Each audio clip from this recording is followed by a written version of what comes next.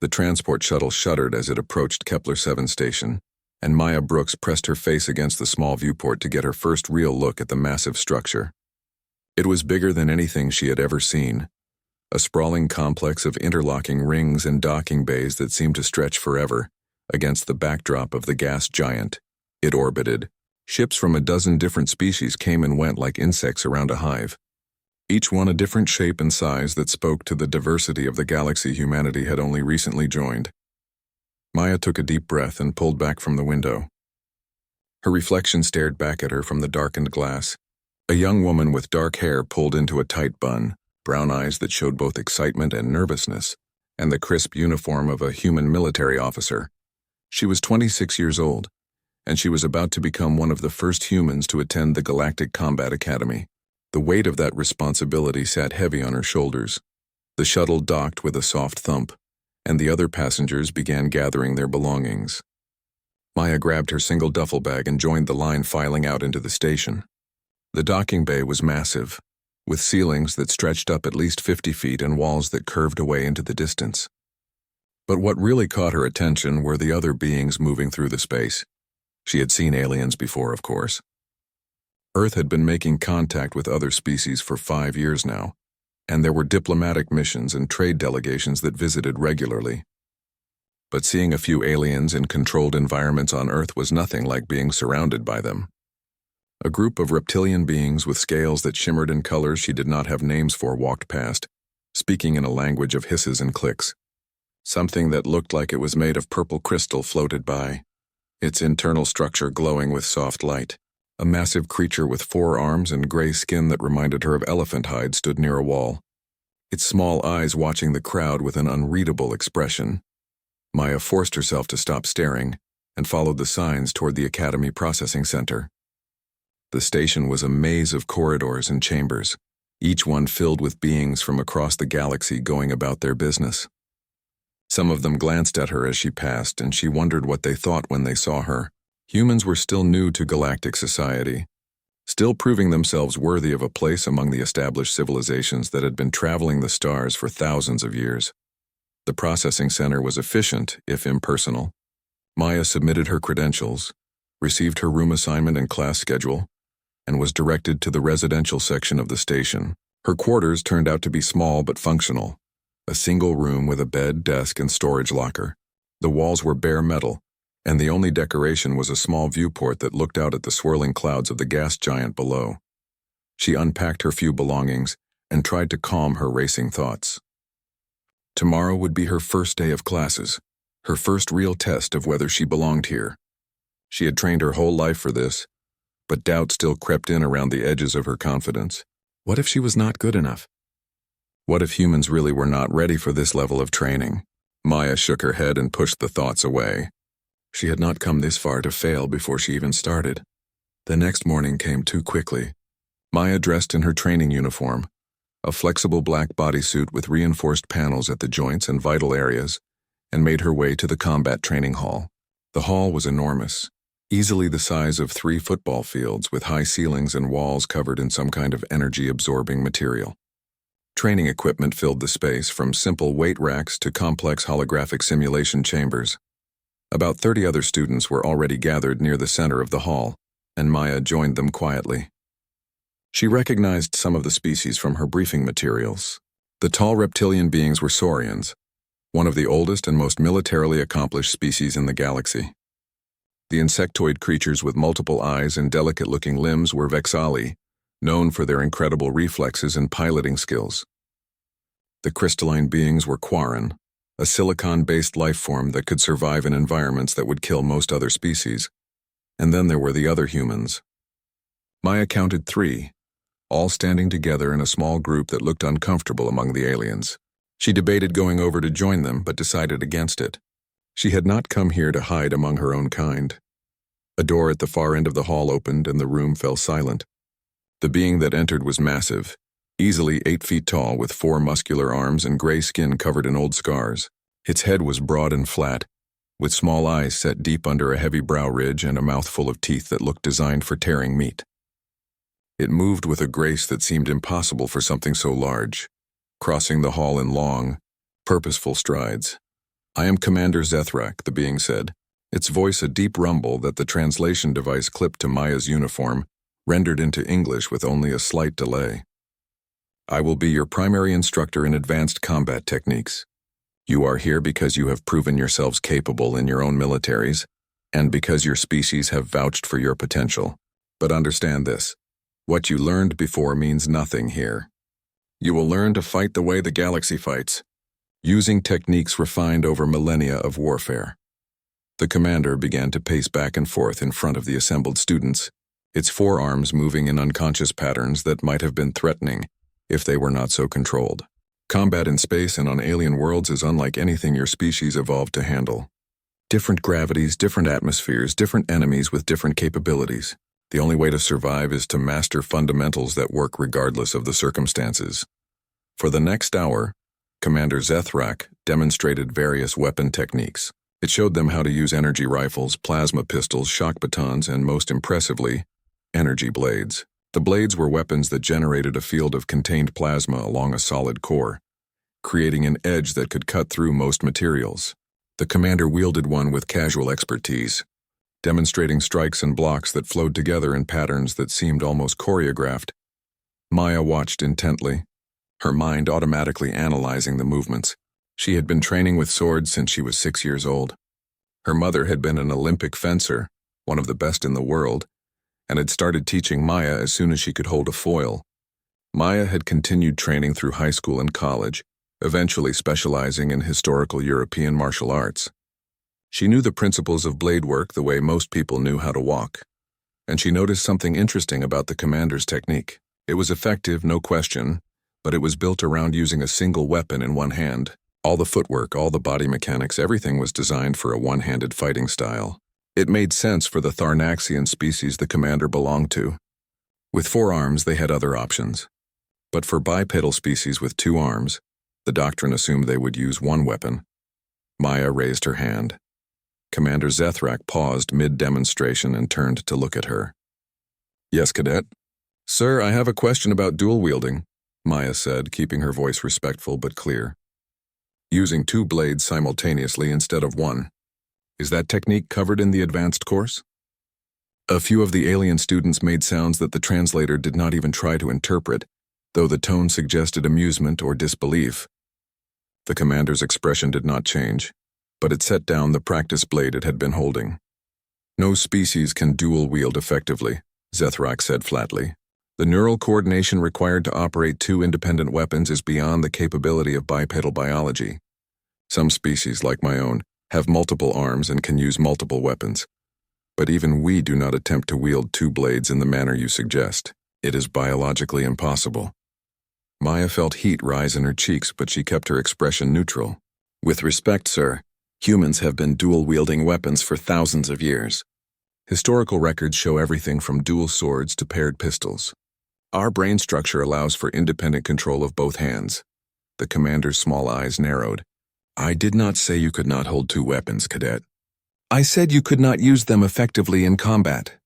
The processing power required to manage 2 separate attack and defense patterns while maintaining spatial awareness and tactical positioning is beyond what a 2-armed species can handle.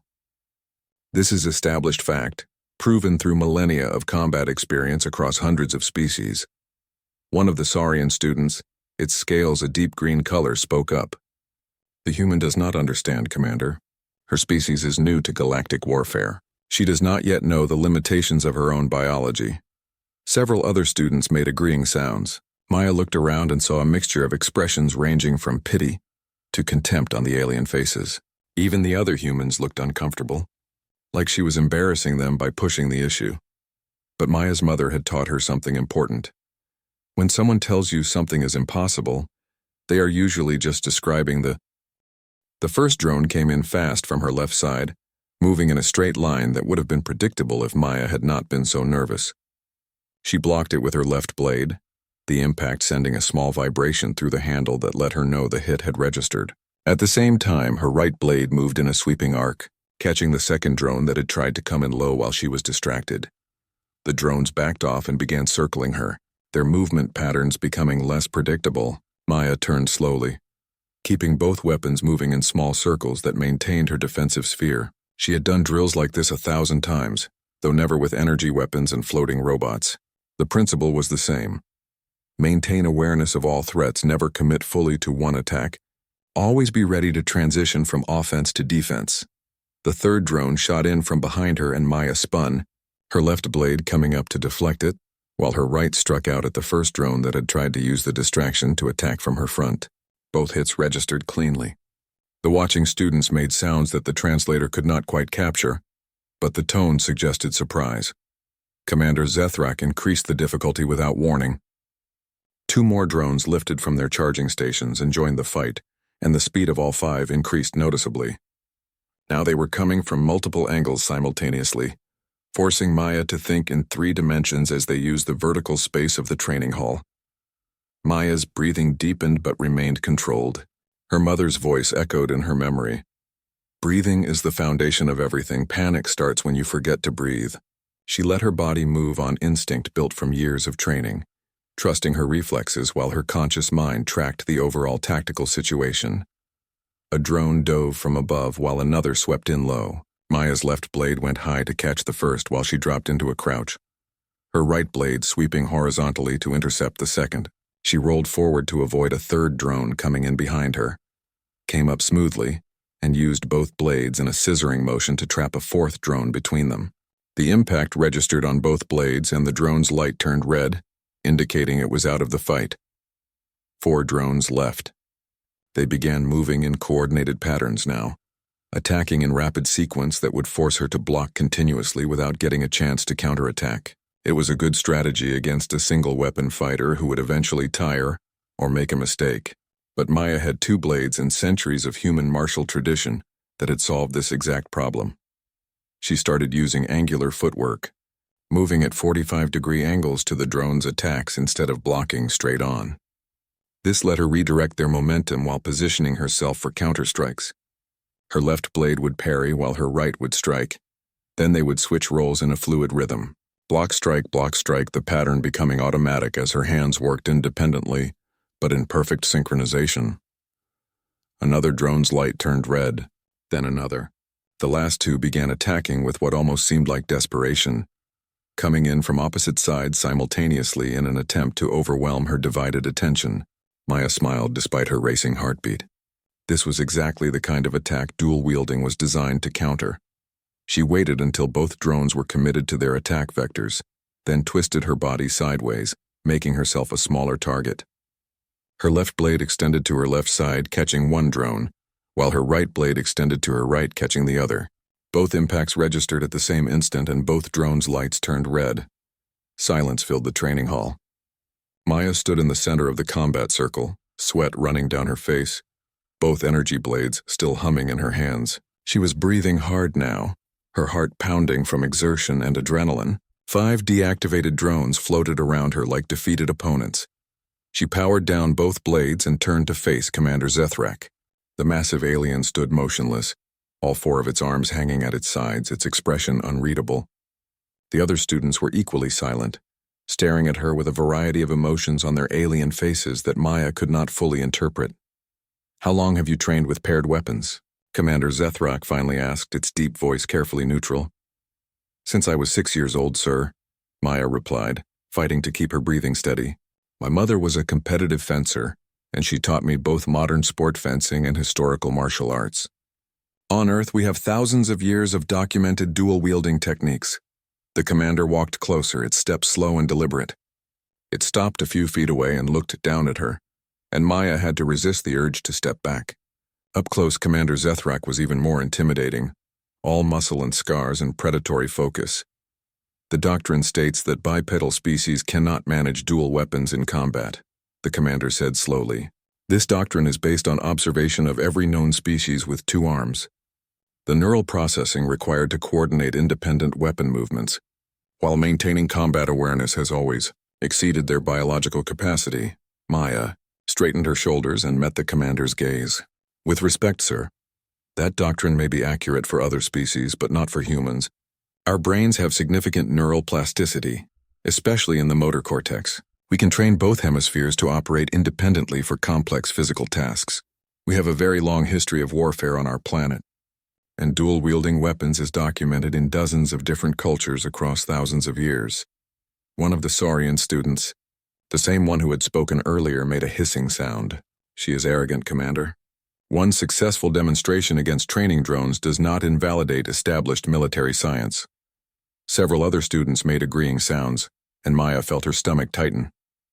She had known this would not be easy, had known that challenging established beliefs would make her unpopular. But she had not expected the resistance to be quite so immediate or so hostile. Commander Zethrak raised one of its upper hands, and the murmuring stopped. "The cadet makes a valid point," it said, and Maya felt a surge of hope. Different species have different capabilities. What is impossible for one may be possible for another. This is why we have mixed species training to learn from each other's strengths. The commander turned to address the full class. However, individual capability does not equal tactical doctrine. Cadet Brooks has demonstrated that she personally can use two blades against training drones in a controlled environment. This does not prove that dual-wielding is a viable combat technique for humans in general, or that it would be effective in actual battle conditions against thinking opponents. Maya opened her mouth to respond, but the commander continued before she could speak. "You will note that I said does not prove and not that it is false. The correct response to unexpected capability is not dismissal but investigation." It turned back to Maya. "You have my attention, Cadet, but attention is not approval." The rest of the class session continued with more conventional training. Commander Zethrak demonstrated grappling techniques adapted for different body types and had the students practice basic energy rifle drills. Maya participated fully, but she could feel the eyes of the other students on her. Some looked curious, others skeptical, and a few openly hostile. When the session finally ended, Maya headed for the locker rooms to change out of her sweat-soaked training uniform. The other humans caught up with her in the corridor outside the training hall. "That was either incredibly brave or incredibly stupid," said the stocky man with close-cropped hair and a New York accent that Maya's translator rendered as slightly more formal English. "I'm Jake Morrison, engineering track." "Maya Brooks," she replied, shaking his offered hand. The woman with Asian features and a Marine Corps bearing nodded. "Lisa Chen, tactical specialist. That was impressive in there, but you just painted a target on your back. Some of these species take military tradition very seriously." Maya sighed. "I know, but I couldn't just let it go. If humans are going to be part of galactic civilization, we need to contribute what we're good at, not just copy what everyone else does." "What we're good at," Jake said with a slight smile, "is apparently doing things that everyone says are impossible." They walked together toward the residential section, and Maya felt grateful for the company. The station suddenly seemed less overwhelming with friendly faces around her. "So what happens now?" Lisa asked. "Do you think the commander will let you continue training with two blades?" "I don't know," Maya admitted. "I hope so. But even if I can prove it works for me, that doesn't help other humans who might want to learn. We need to show that it's teachable, not just some personal quirk." Jake whistled low. "You don't think small, do you?" "You're talking about changing galactic military doctrine." "Maybe," Maya said. "Or maybe I'm just talking about not accepting limitations that don't actually exist." They reached a junction where their paths split to different residential corridors. "Training again tomorrow morning?"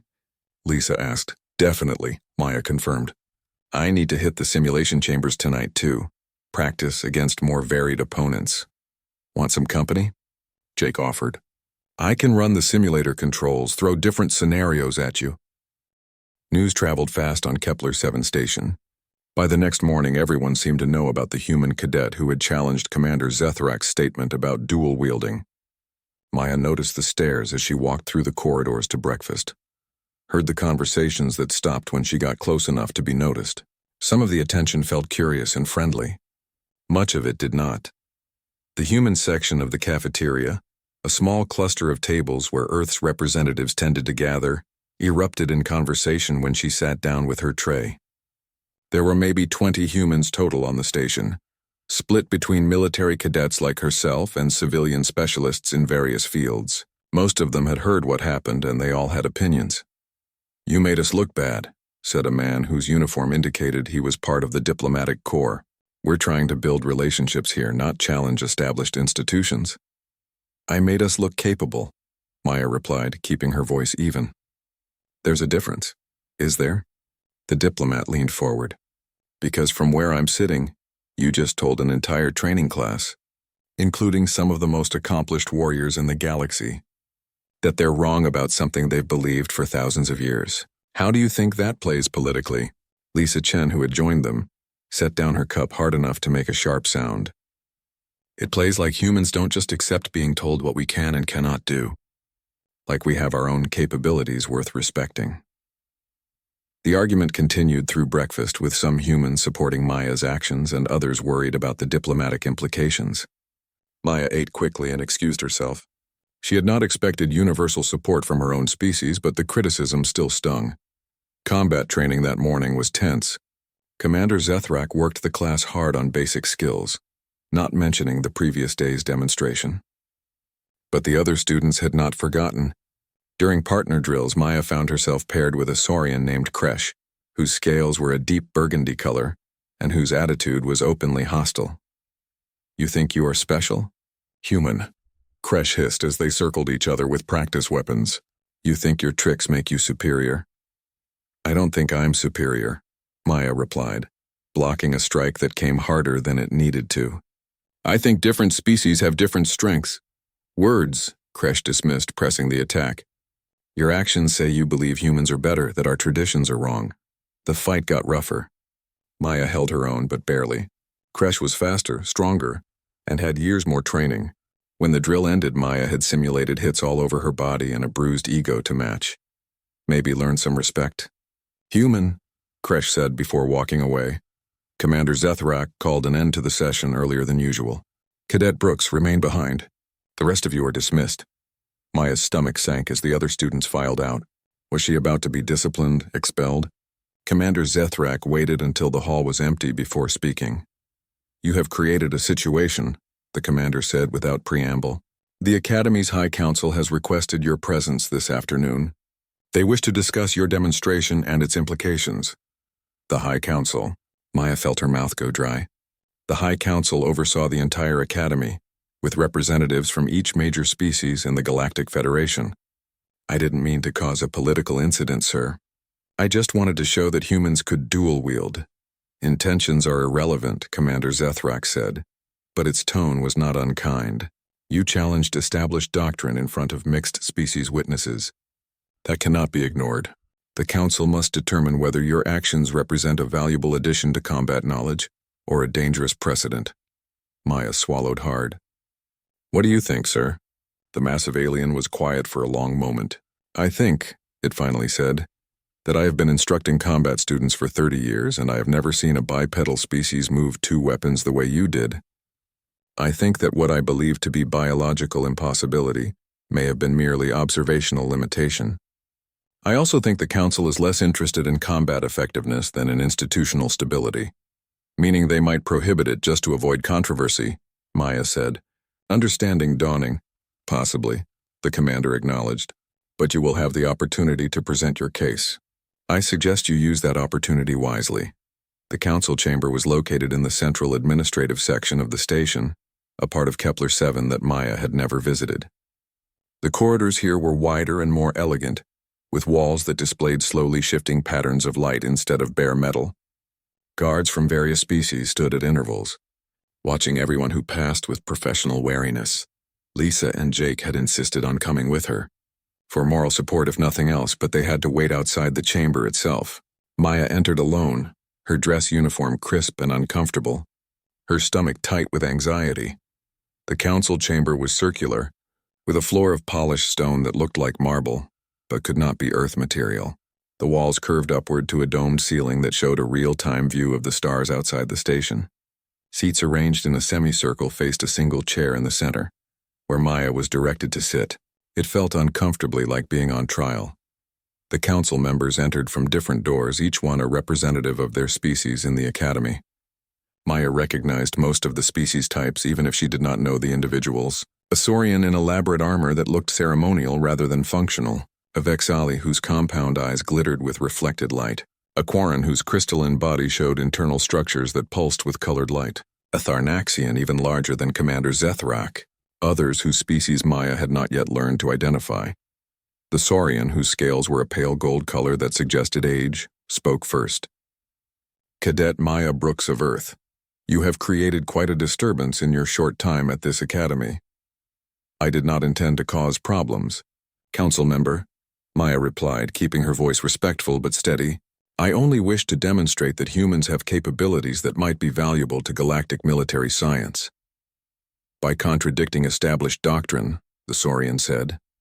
By suggesting that thousands of years of combat experience across hundreds of species were somehow wrong. Not wrong, Maya said quickly. Incomplete.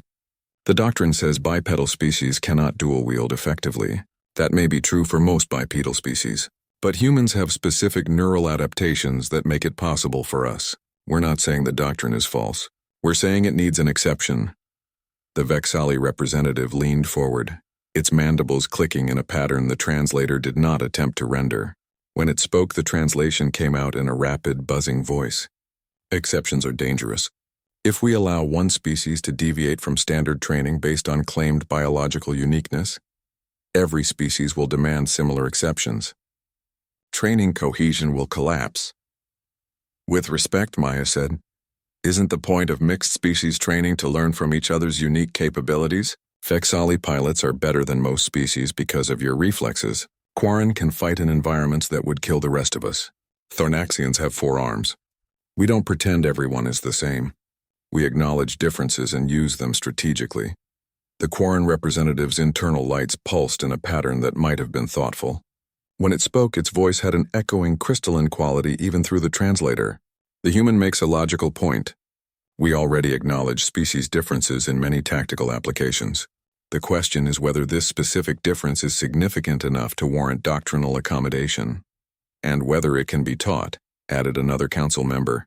A being with blue-gray skin and large eyes. Individual exceptional ability is not the same as species-wide capability. Can all humans learn this technique? Or is Cadet Brooks uniquely talented? That was a good question, and Maya did not have a perfect answer. I believe most humans could learn basic dual-wielding council members. We all have the neural capacity for independent hand coordination.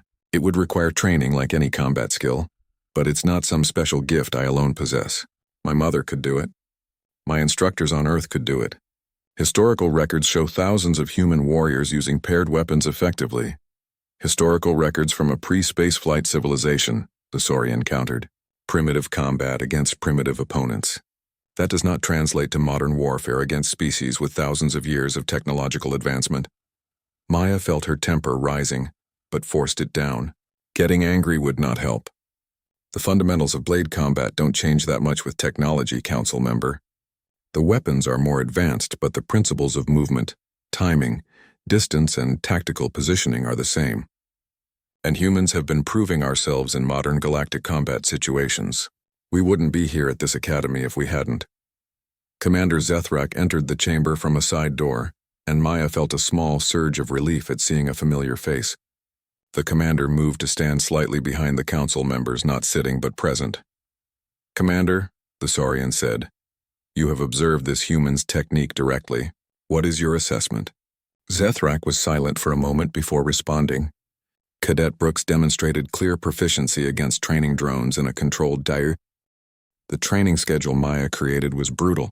She was in the simulation chambers before station dawn, and often stayed until the facility staff had to physically remove her.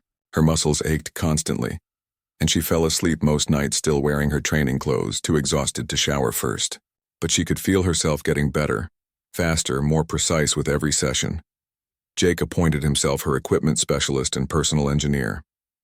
He studied the energy blades used in training, taking measurements and making notes, then disappeared into one of the station's fabrication labs for 2 days. When he emerged, he presented Maya with modified blade handles that fit human hands better than the standard Academy equipment.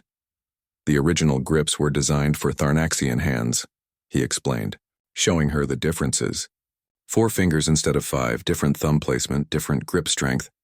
These are sized for human proportions and weighted to match Earth sword balance points. Maya tested the modified blades and immediately felt the difference. The weapons felt like extensions of her arms now instead of foreign tools she had to adapt to. Jake, this is incredible.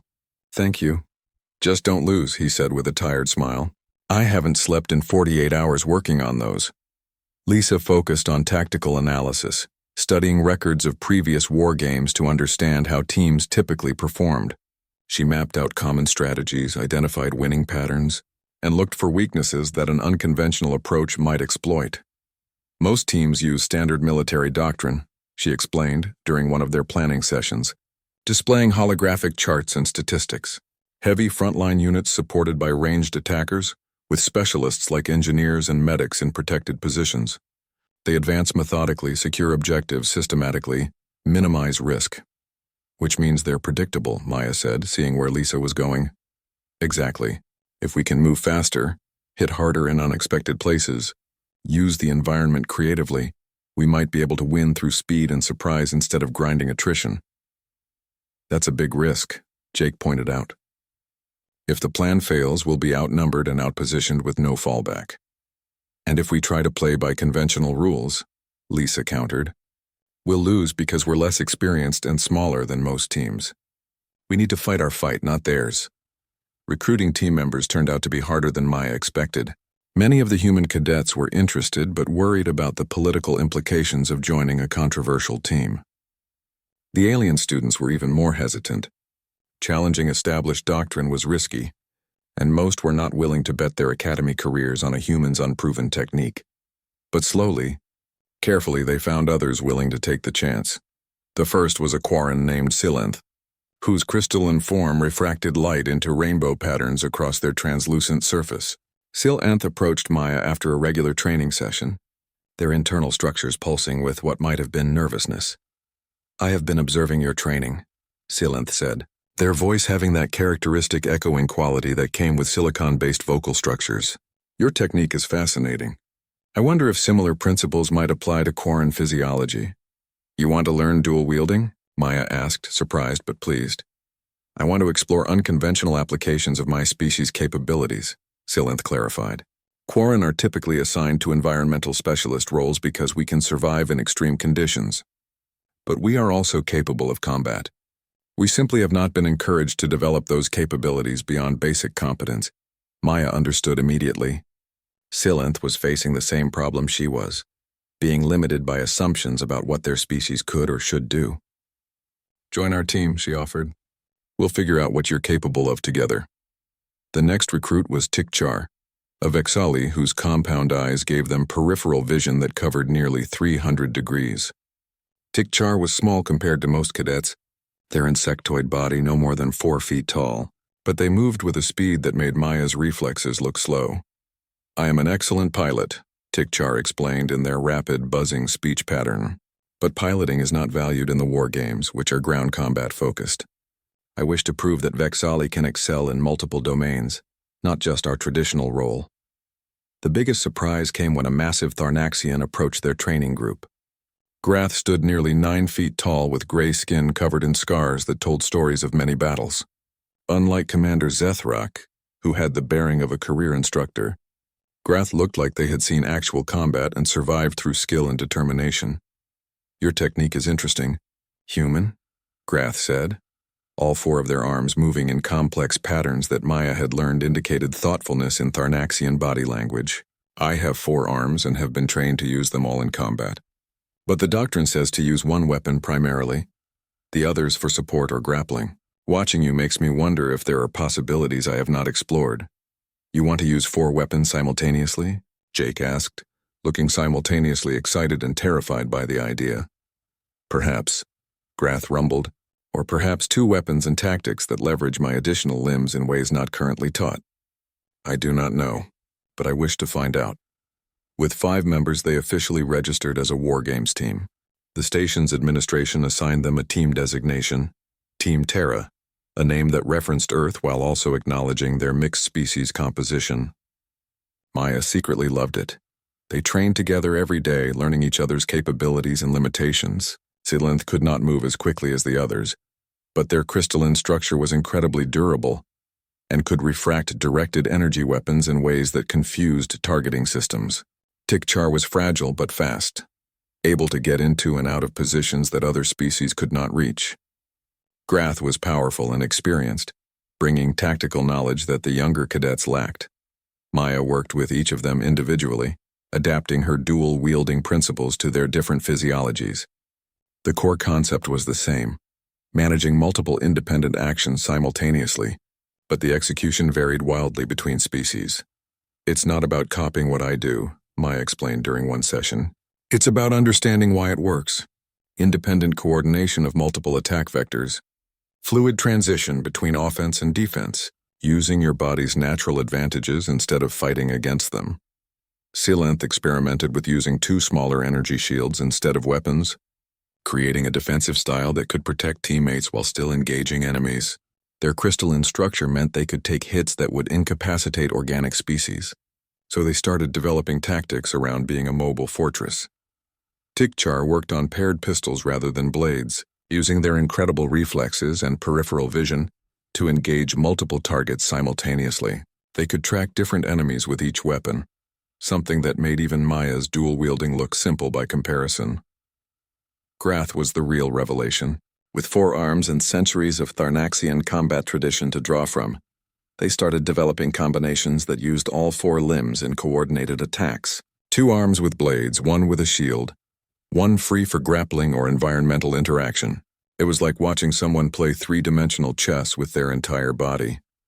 "This is what the doctrine has been limiting," Grath said one day after a particularly successful simulation run. "By insisting on primary weapon and support roles, they have prevented us from exploring full coordination. I have 4 arms.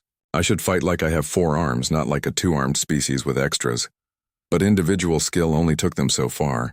They needed to function as a team, and that proved harder than Maya expected.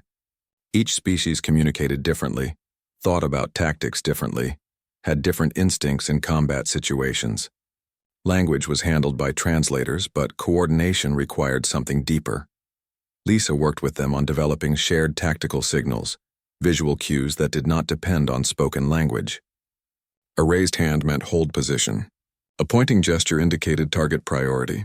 Specific body positions communicated different formations. It was crude compared to the sophisticated communication systems established teams used, but it worked.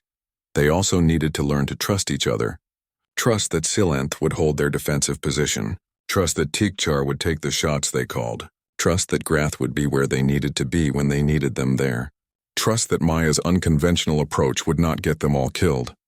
That trust came slowly, built through hours of training and shared failure.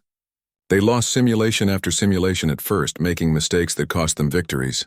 Each time they analyzed what went wrong, adjusted their approach, and tried again. Maya discovered that leading a team was different from fighting alone.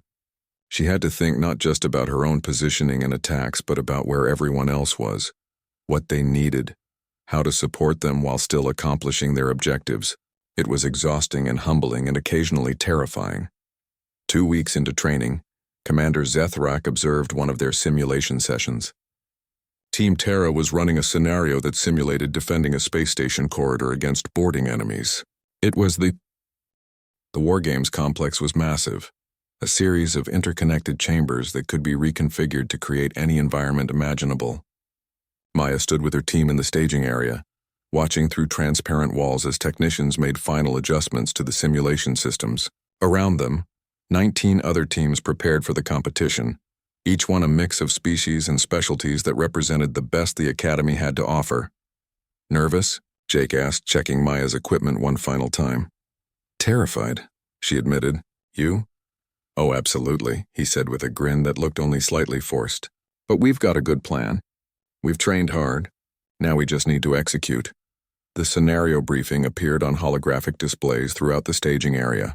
The competition would take place in a simulated urban environment, a city district with multi-level buildings, underground passages, and open squares. Each team had to secure and hold 3 objectives while preventing other teams from taking them. It was complex, chaotic, and designed to test every aspect of tactical combat. 20 teams, 3 objectives, unlimited engagement rules. The simulation would run for 2 hours or until a clear victor emerged, whichever came first. Maya gathered Team Terra for a final strategy discussion. "We stick to the plan," she said, making eye contact with each member. "Fast movement. Hit objectives that other teams are ignoring. Avoid direct confrontation with larger forces until we have advantageous positioning. Remember, we don't need to defeat every team. We just need to hold more objectives than anyone else when time runs out. And if we run into trouble? Tikchar asked. We adapt, Lisa said. That's our advantage. We're not locked into rigid doctrine. We can change tactics on the fly. The warning klaxon sounded, indicating 5 minutes until the simulation began. Maya activated her modified energy blades, feeling their comfortable weight in her hands. Around her, the team made their final preparations. Silinth's crystalline structure seemed to glow with internal light. Tikchar checked their paired pistols with quick, precise movements. Grath flexed all 4 arms, each one now equipped with a different weapon based on their training experiments. The walls of the staging area dissolved, replaced by the simulated environment. They were standing in a narrow alley between tall buildings, the perfect kind of terrain for their mobile tactics. Maya could see other teams materializing in different locations throughout the cityscape. Move, she ordered, and Team Terra scattered. They hit the first objective hard and fast, a communications relay in an underground junction. 2 other teams had the same idea, but Maya's group got there first. The fighting in the confined space was brutal and chaotic, exactly where dual-wielding gave her an advantage. Her blades created a barrier that the enemy could not push through, buying time for Silinth to secure the objective while Tikchar provided covering fire from an elevated position. The first objective fell to Team Terra in less than 3 minutes. One of the enemy teams retreated. The other was eliminated entirely, their simulation armor registering enough hits to disqualify them from continued combat. 1 down, 2 to go, Lisa reported from her coordination position. But we've got attention now. Multiple teams are aware of our position. Good, Maya said, checking her team for injuries. Grath had taken a few hits, but nothing serious. Let them come. Silinth, can you hold this position? Affirmative, the Quarren replied, their crystalline form settling into a defensive stance that blocked the main access corridor. I can delay any attacking force for several minutes. We only need 2, Maya said. The rest of you, with me. They abandoned the first objective, which would seem like a tactical error to any team following conventional doctrine. Why secure a position just to leave it undefended? But Maya was counting on the confusion this would create. While other teams focused on that objective, assuming it would be defended, Team Terra would be hitting the other 2. The second objective was in an open plaza. Terrible terrain for their close-quarters style, but it was also terrible for everyone else, which meant most teams would avoid it in favor of more defensible positions. Maya led her team around the edges, using cover and movement to reach the objective console, without being spotted by the 2 teams fighting each other. On the opposite side of the plaza, Jake activated the console while Maya and Grath provided security. Tikchar perched on a nearby rooftop, ready to provide covering fire if needed. For a moment, Maya thought they might capture it unopposed. Then she heard Lisa's urgent voice through their communication system. Multiple contacts incoming north side. It's the Saurian elite team. Maya's stomach dropped. The Saurian team was legendary in the academy, composed of the general's own son and other high-born warriors who had been training together since childhood. They moved with the precision of a military unit that had fought real battles, not just simulations. Console activation at 70%, Jake reported, his fingers flying over the holographic controls. Need 30 more seconds. We don't have 30 seconds, Lisa said. They're moving too fast. Maya made a decision. Grath with me. Tikchar, cover Jake. We're going to buy him time. She and the massive Tharnaxian moved to intercept the Saurian team at the plaza entrance, a narrow street that forced the enemies into a compressed formation. It was suicide tactics by conventional standards, 2 fighters against an entire team. But conventional tactics had never been Team Terra's strength. The Saurians came around the corner in perfect formation, shields forward, weapons ready. Their leader, a Saurian with deep green scales and cold, intelligent eyes, pointed at Maya and Grath. Orders were given in hissing speech that the translator rendered as clipped military commands. Maya and Grath did not wait for the Saurians to organize their assault. They charged. Maya's dual blades became a whirlwind of blue energy, striking high and low simultaneously, forcing the shield wall to split to defend multiple angles. Grath used all 4 arms in a devastating combination that no single weapon fighter could counter. Weapons striking from unexpected angles while the other arms grappled and pushed, The Saurian formation held, but barely. They had not expected such aggressive tactics, had not trained for opponents who attacked in ways that violated standard doctrine.